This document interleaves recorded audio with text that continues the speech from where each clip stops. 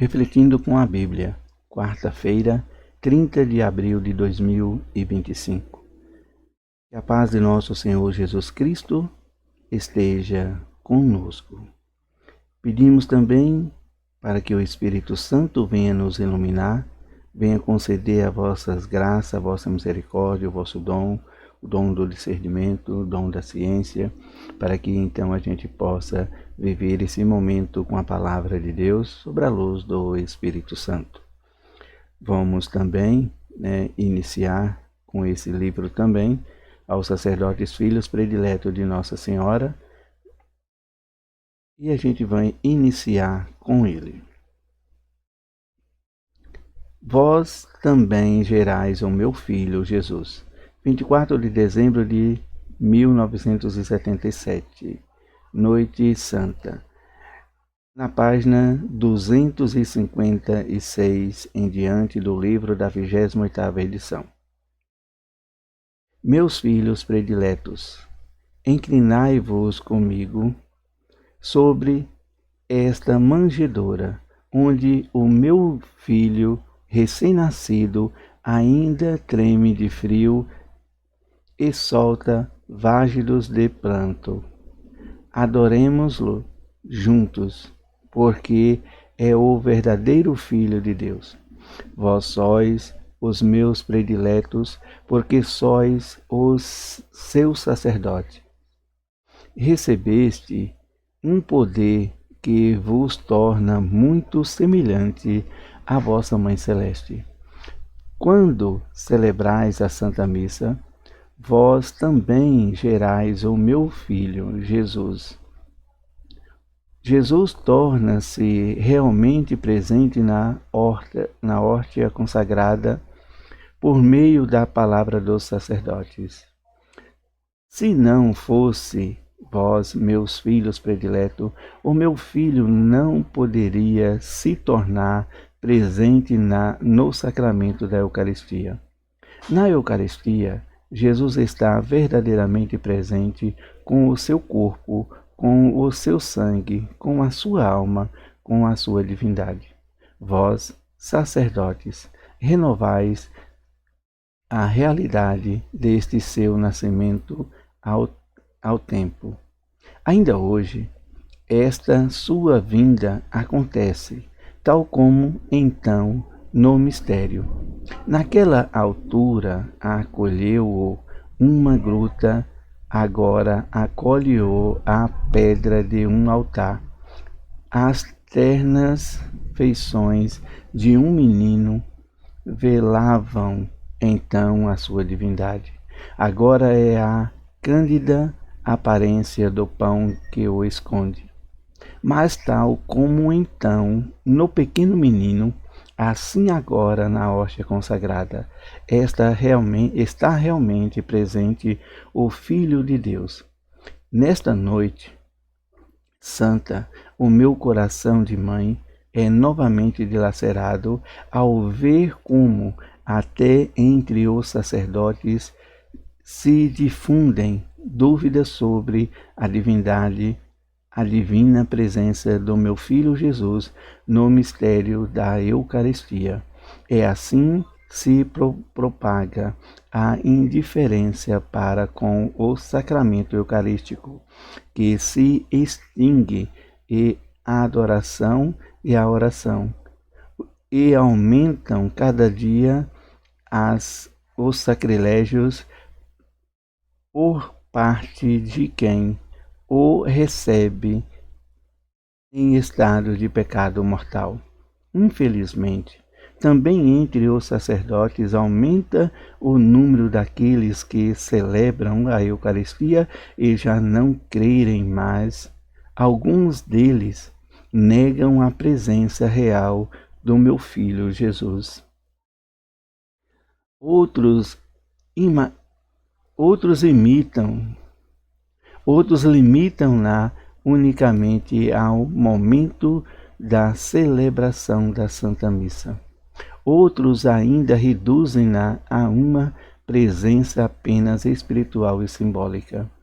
Este erro tendem a difundir-se, não obstante a doutrina tenha sido claramente reafirmada pelo magistério, sobretudo pelo Papa. Chegará o tempo em que, infelizmente, este erro será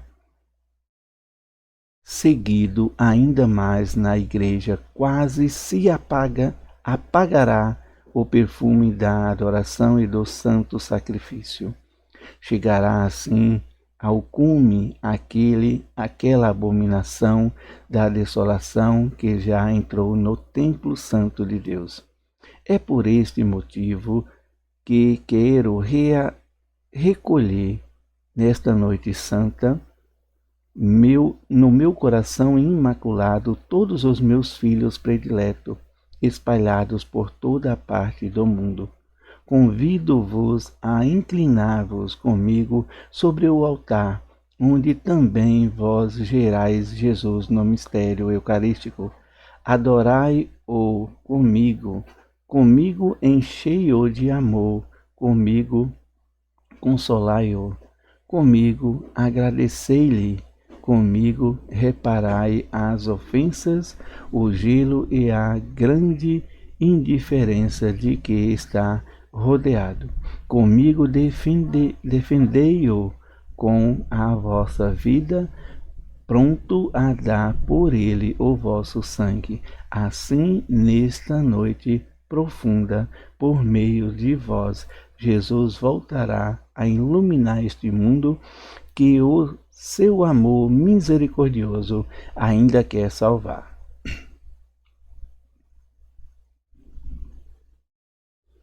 Vamos agora para a leitura da Bíblia no Evangelho de João, capítulo 3, versículo do 16 ao 21.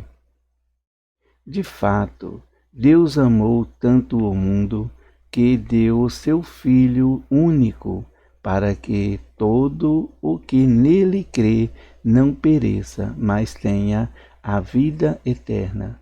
Pois Deus enviou o seu Filho ao mundo, não para condenar o mundo, mas para que o mundo seja salvo por ele. Quem crê nele não será condenado, mas quem não crê já está condenado, porque não acreditou no nome do Filho único de Deus.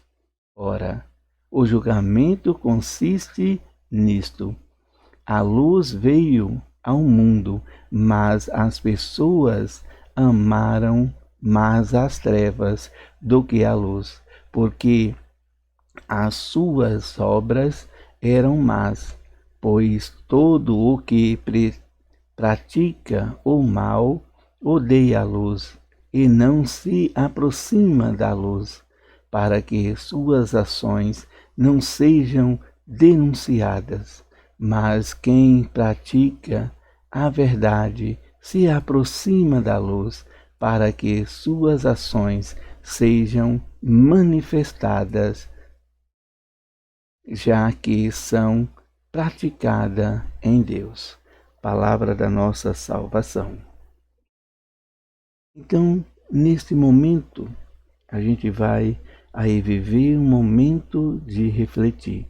E aqui tem também o Atos dos Apóstolos, capítulo 5, que também a Igreja Católica usa na primeira leitura.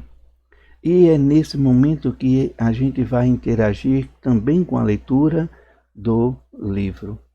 Maria, ela vai dizer que, para os católicos, ela é a Mãe Celeste, porque os católicos, nós católicos, acolhemos Maria assim como João acolheu no pé da cruz. Então a gente tem essa devoção de Maria, a Mãe Celeste.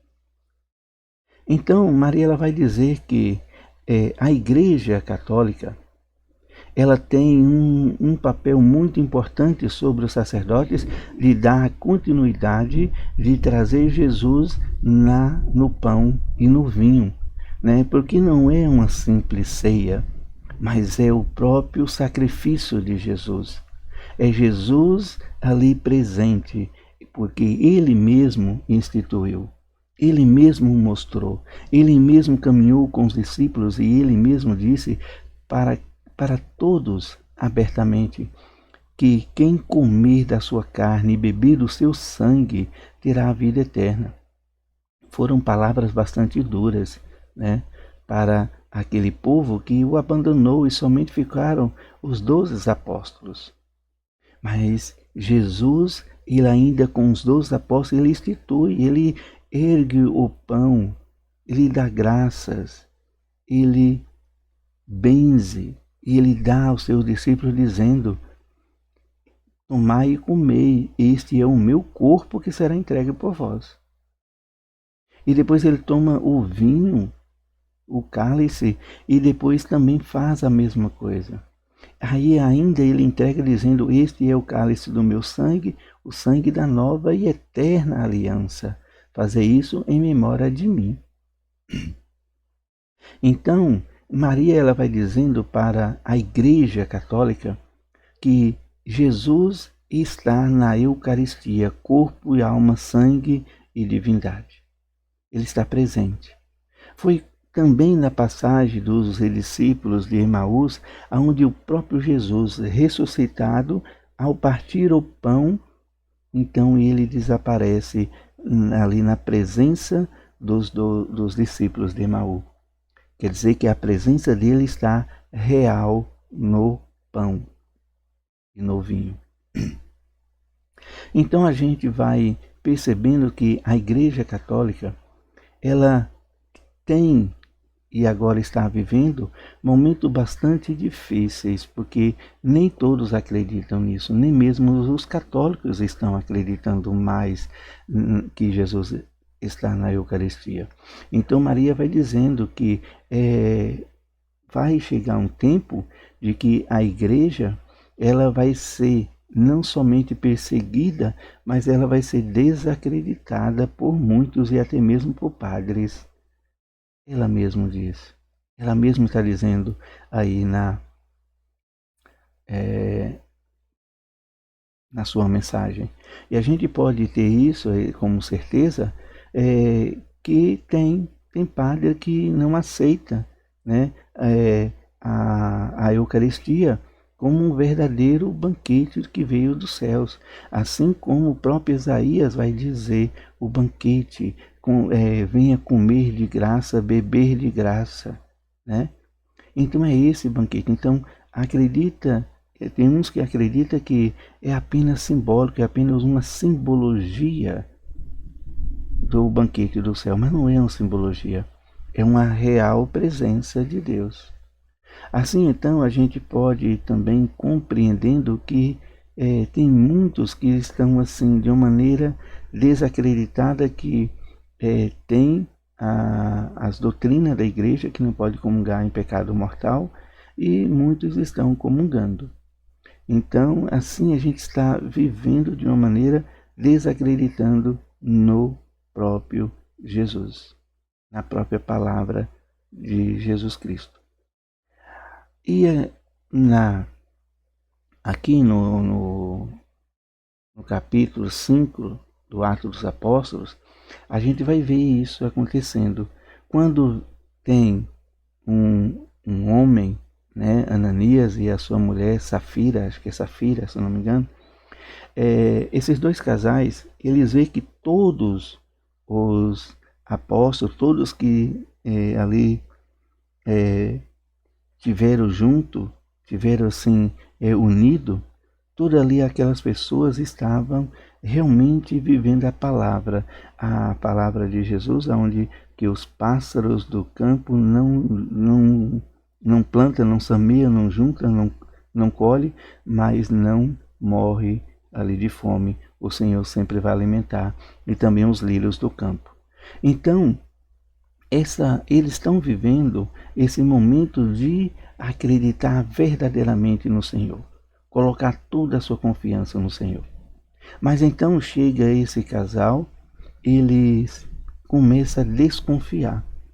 Ele não consegue entregar verdadeiramente a sua fé em Deus. Então eles vendem a sua propriedade e dão somente uma parte ali para o apóstolo Paulo, Pedro, e aonde acontece que ele morre e ela também morre em seguida. Essa morte, ela pode simbolizar a morte da fé, porque nós não acreditamos verdadeiramente por inteiro. E aí a gente vê o que acontece com a Eucaristia, que muitos não acreditam, e que até mesmo católicos e até mesmo padres estão aí perdendo, né, a fé. E aí acaba morrendo a nossa fé, a nossa esperança em Jesus Cristo, a nossa salvação. Então, a gente encontra no momento de desconfiar. Isso nós não podemos, né, é humano, é de ser humano. Não podemos condenar ninguém. Mas tem muitos que acreditam verdadeiramente, cegamente em Jesus. Se entrega e se doa a Jesus. E a gente precisa fazer isso, a gente precisa reaver a nossa fé e não deixar que ela morra por duvidar, por dúvidas e duvidar da palavra de Deus. E depois a gente pode aí iniciando uma vida em que esses apóstolos também eles estavam, aliás, é isso mesmo, os apóstolos, não cita nome, eles estavam seguindo uma ordem de Jesus, estava pregando no templo as palavras, o Evangelho.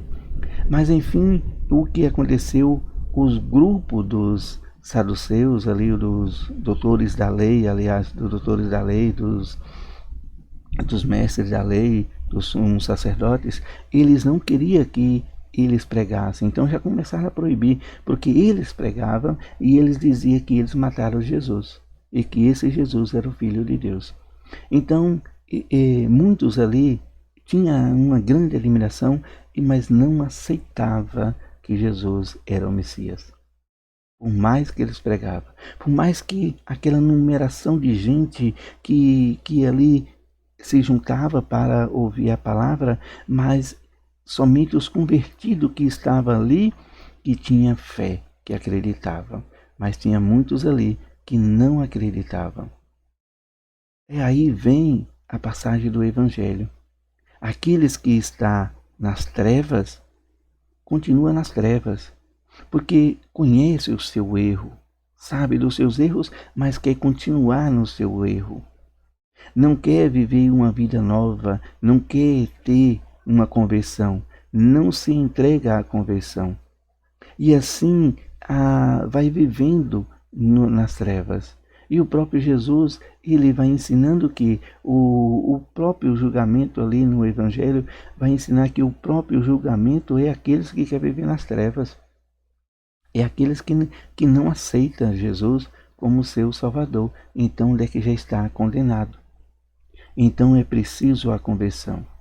E esse momento de viver na luz, de viver no momento da fé, é que os apóstolos foram presos. Eles foram presos, depois os anjos soltaram e eles tiveram uma missão de ir no templo, voltar lá no templo e pregar. E eles voltaram, insistiu a pregar a mesma coisa. E eles foram de novo até os sumos sacerdotes e ele continuou obedecendo a Deus, mesmo colocando a sua vida em risco, doando a sua vida para a pregação do Evangelho. É assim que Maria também está falando, para que os padres, para que aqueles que creem em Jesus Cristo possam doar até mesmo a sua própria vida para defender o Evangelho.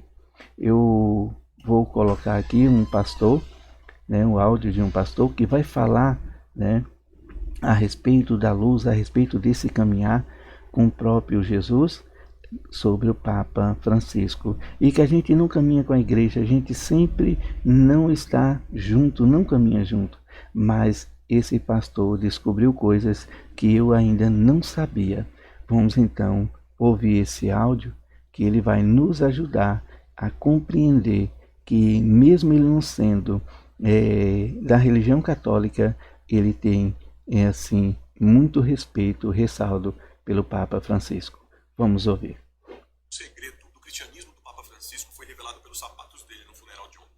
Eu sou protestante, sou pastor. Quero te mostrar que o cristianismo do Papa Francisco tem muito ainda a nos ensinar. Inclusive, aos não católicos como eu que professam outra fé. Se você pensa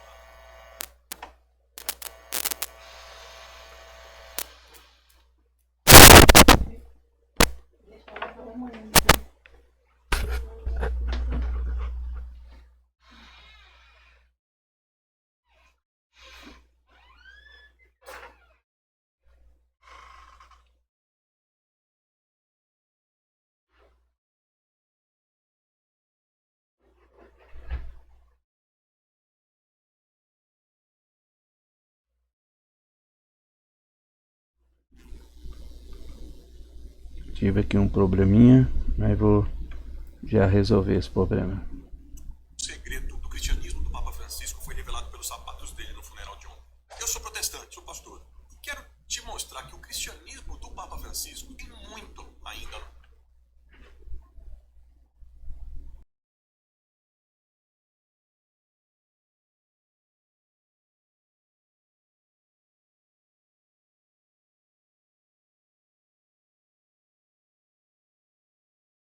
Nos ensinar. Inclusive, aos não católicos, o segredo do cristianismo do Papa Francisco foi revelado pelos sapatos dele no funeral de ontem. Eu sou protestante, sou pastor, e quero te mostrar que o cristianismo do Papa Francisco tem muito ainda a nos ensinar. Inclusive, aos não católicos como eu que professam outra fé. E se você pensou, o Bezerra vai falar do Papa comunista ou do Papa conservador, nem segue o vídeo. Porque o cristianismo do qual eu tô aqui falando é muito maior do que qualquer ideologia política que você apoie ou que você combata. O verdadeiro cristianismo se revela no simples, nos sapatos gastos, os quais o Papa Francisco pediu para ser enterrado. Sapatos que caminharam por campos de refugiados, prisões, hospitais, periferias esquecidas. Sapatos com a lama de Lampedusa, onde imigrantes arriscaram a vida para escapar da fome e da guerra. Sapatos que pisaram a terra de Ur dos Caldeus, lá no Iraque, clamando pela paz entre as religiões feridas. Quando a Bíblia diz, lá em Romanos, capítulo 10, versículo 15, quão formosos são os pés dos que anunciam boas novas, ela fala exatamente disso. Não é da aparência, mas da história que os pés carregam.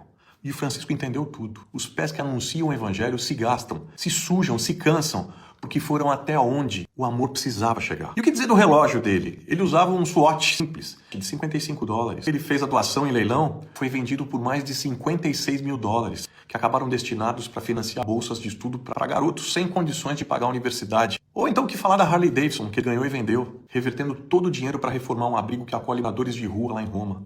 Ou ainda da Lamborghini personalizada, que ele também leiloou, e o valor foi enviado para projetos de ajuda humanitária no Iraque, para resgatar também mulheres vítimas de tráfico, e por aí vai. Gente, o que eu quero dizer é que o cristianismo real é o que acolhe o estrangeiro, mesmo num mundo que só constrói muros. É o que rejeita a fé transformada em ideologia. É o que ensina que generosidade é olhar nos olhos do outro. É o que denuncia a hipocrisia que escandaliza mais do que edifica. Se quiser saber aonde está o verdadeiro cristianismo, não fica olhando para monumento. Olha para os sapatos gastos. O Francisco não quis deixar tronos nem estátuas. Ele quis deixar pegadas. E agora, para quem quiser seguir Jesus de verdade, o convite é o mesmo. Calce os sapatos da compaixão. Pise o chão da misericórdia. Ande o caminho do amor que se gasta para servir. Porque no final, os sapatos mais bonitos não são os novos. São os que, como diz a Escritura, se tornam formosos por anunciarem com a vida as boas novas de um Deus que se fez gente. Esse é o cristianismo que ainda vale a pena viver, que foi ensinado por Jesus e que foi nos deixado como legado